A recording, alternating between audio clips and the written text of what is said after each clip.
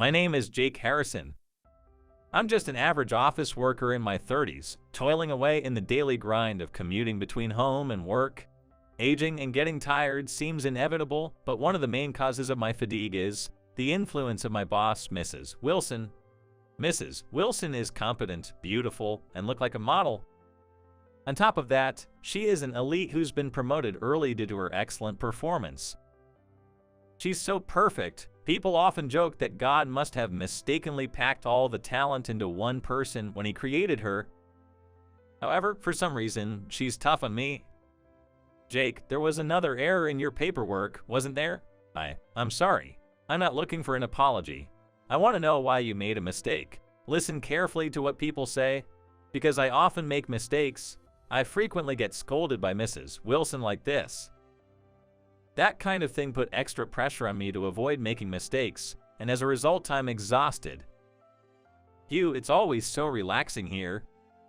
While saying so, I take a seat on a bench in a park. The park is close to my office, but there are not many people because there are homeless people. That's why I often take breaks here. It's my hidden retreat. Well, let's see how much I can get done today. After finishing my sandwich quickly, I took out some yarn from my bag. People might say it's feminine, but I've always enjoyed crafting. That's why I'm silently knitting here as a way to relieve stress. There's another reason I choose to knit here. Back again today, Jake. Hello, Joe. When I'm knitting, an old homeless man comes to sit next to me. This man is Joe. He's a friendly guy, a good conversation partner for me. People tend to shun him because he's homeless, but Joe doesn't mock me for knitting or call me feminine. He always listens to my stories. I started talking with Joe like this a few months ago. Actually, at that time, I was dumped by my girlfriend I wanted to marry. We had been together for 3 years, but one day she suddenly disappeared, calling me effeminate and disgusting. She had moved out, left me, and that made me so desperate. Even though we dated for 3 years, the way she dumped me was unbelievable. The woolen hat I knitted for her. In the end, I couldn't give it to her. Honestly, I thought about throwing it away. That's when Joe started talking to me. Are you really going to throw that away? Yeah, but would you like to use it? I plan to give it to my girlfriend, but I don't need it anymore. I must have had a devastated look on my face at that time. Joe listened to me compassionately. This encounter became the starting point, and Joe and I began to chat frequently in this park. He still treasures the hat I gave him at that time. He's a truly kind person. You seem even more passionate today. Yeah, you know what? I made a mistake again today. During the brief lunch break, talking to this old homeless man is my way of relaxing. Joe listens to my stories with interest, and I enjoy our time. But the fun time always ends quickly. Well, I'll be back. Don't make a mistake next time. As I packed up my knitting and handed Joe some snacks I had bought for him, I left the place. A few weeks later, I was assigned to go on an outside job with Mrs. Wilson. Mrs. Wilson is very efficient at her work and very popular with our clients. Honestly, I wonder if I'm really needed, but it seems like the reason is the luggage is heavy, so help me. I can't help it because my sales skills are lacking, but I was knitting in the park today, hoping that she would rely on me a bit more. Hello, Jake. Joe, hello. Sorry, I might not be able to stay long today. I have an outside job after lunch. That must be tough. As usual, he said to me in a relaxed tone. When I talk to him, I feel tension leave my shoulders, and I can relax. He may have once had a job where he had to talk to people. As I was thinking that, my phone rang suddenly. It was Mrs. Wilson. Jake, where are you right now? I'm at Cozy Park. That's perfect. Just decided to use my car for today's field job, so I'll pick you up. After Mrs. Wilson said that, I checked my watch. Indeed, lunch break was almost over. The timing was perfect. I was called by my boss, so I'll leave soon. Is it the scary boss you were talking? Don't say that in front of her. I saw Mrs. Wilson car stop at the entrance of the park. I'm sorry, Mrs. Wilson. for picking me up. It's on the way, so it doesn't matter. I didn't know there was a park here. Huh? Mrs. Wilson stared at me in the park and froze. To be precise, she was looking at Joe, who was behind me. "Dad? Huh?" Mrs. Wilson ran up to Joe and hugged him. "I've been looking for you. I was so worried." "Jake, who is this beautiful person? Huh?" Looking at the clueless Joe, Mrs. Wilson was frozen. I told Mrs. Wilson that he has amnesia. Knowing the fact, Mrs. Wilson seemed to be shocked. "No way. Dad, did you forget about me? Are you sure you're not mistaken? I can't believe I have such a beautiful daughter." "You're not mistaken, because those gloves, they were made by Mom." Saying that, Mrs. Wilson was teary-eyed. Come to think of it, Joe always wore those ragged gloves. Even though they were worn out with holes and missing fingers, it was something he had worn since he came here. He seemed to cherish them. Mrs. Wilson asked Joe several times, but Joe just tilted his head. It wasn't getting anywhere like this, so I decided to leave the park with Mrs. Wilson for now. It was time for work after all. During the field job, we were silent all the way. Mrs. Wilson, who never put personal feelings into her work, is strict but handled things professionally until the work was over. But as soon as the field job ended and we arrived at the parking lot, she burst into tears, perhaps unable to hold it in any longer. All alone, she muttered softly, "Dad, was it so traumatic that you forgot? She looked so pitiful." "Mrs. Wilson, if you're okay with it, I'll listen to you." I said this more as a consolation, but it seemed Mrs. Wilson had wanted someone to listen, and she slowly began to talk about Joe. No, about her father, Mr. John Wilson. The Wilson family was a bit wealthier than the average family. Mr. John was a school teacher, and his wife was a nurse. However, when Mrs. Wilson was just starting her career, her mother passed away suddenly.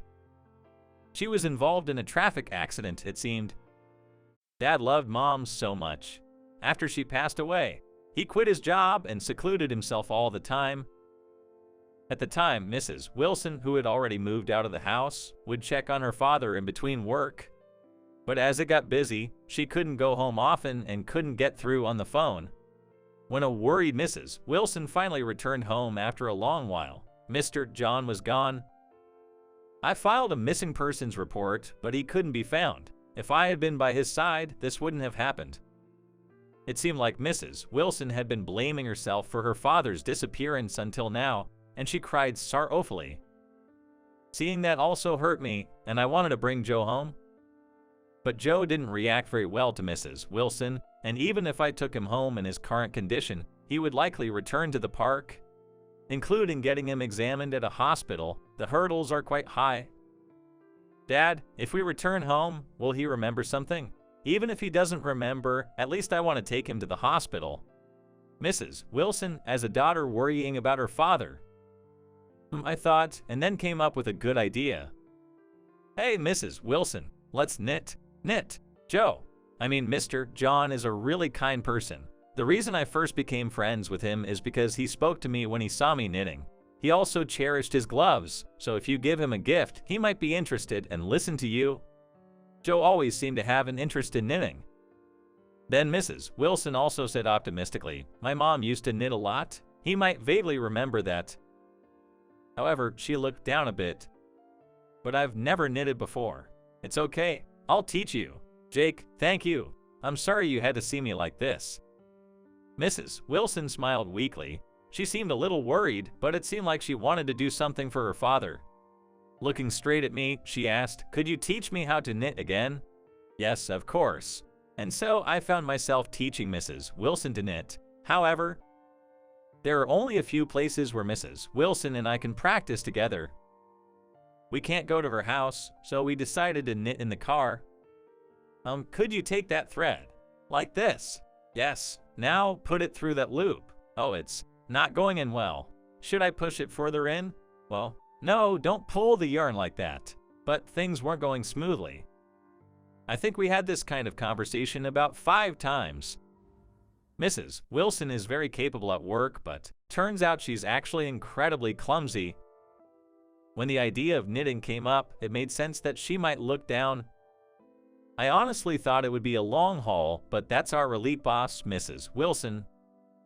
Apparently, she practiced at home, and before we knew it, she was getting the hang of it. She was using the most basic stitch, and it was pretty rough, but still, she kept at it for several months. Somehow, Mrs. Wilson finished knitting a scarf. Finally done. Let's go deliver it. But what if he doesn't accept it? He's not that kind of person. Come on. I wanted to show Joe the scarf that Mrs. Wilson worked so hard to make, so I took her hand and headed to the park. I used to come to the park quite often, but this was Mrs. Wilson's first time since that day. When Joe saw us, he said in his usual calm voice, "Oh, isn't it Jake? You're not alone today." "Go ahead, Mrs. Wilson." "I know." With a bit of nervousness, Mrs. Wilson looked straight at Joe and offered him the scarf. "Dad, it honestly makes me so sad that you've forgotten me. But I was so relieved to know you're alive. I won't even ask you to come back to home, but I don't want you to catch a cold.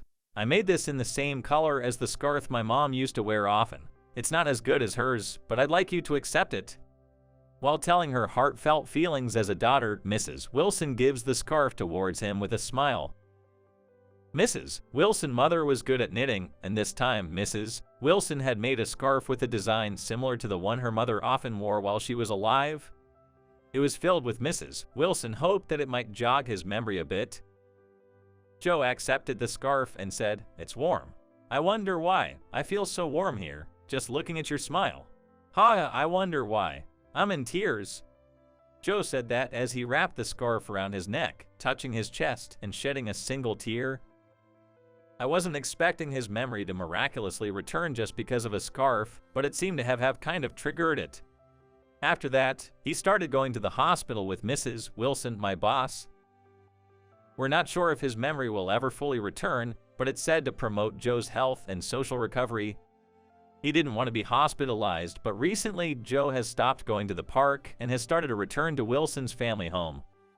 Perhaps it's because of these positive progress that Joe has started to occasionally remember his own name, which made both Wilson and me happy.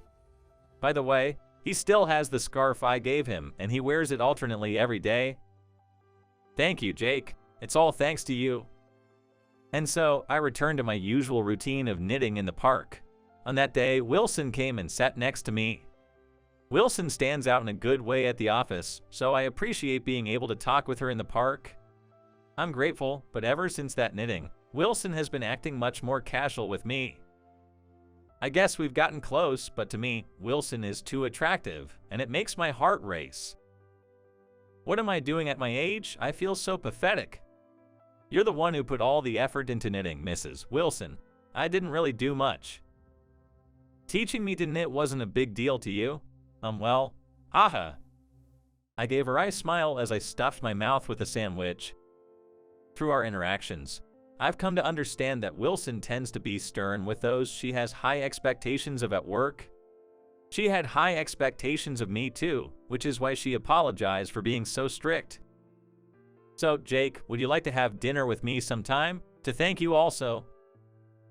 Really?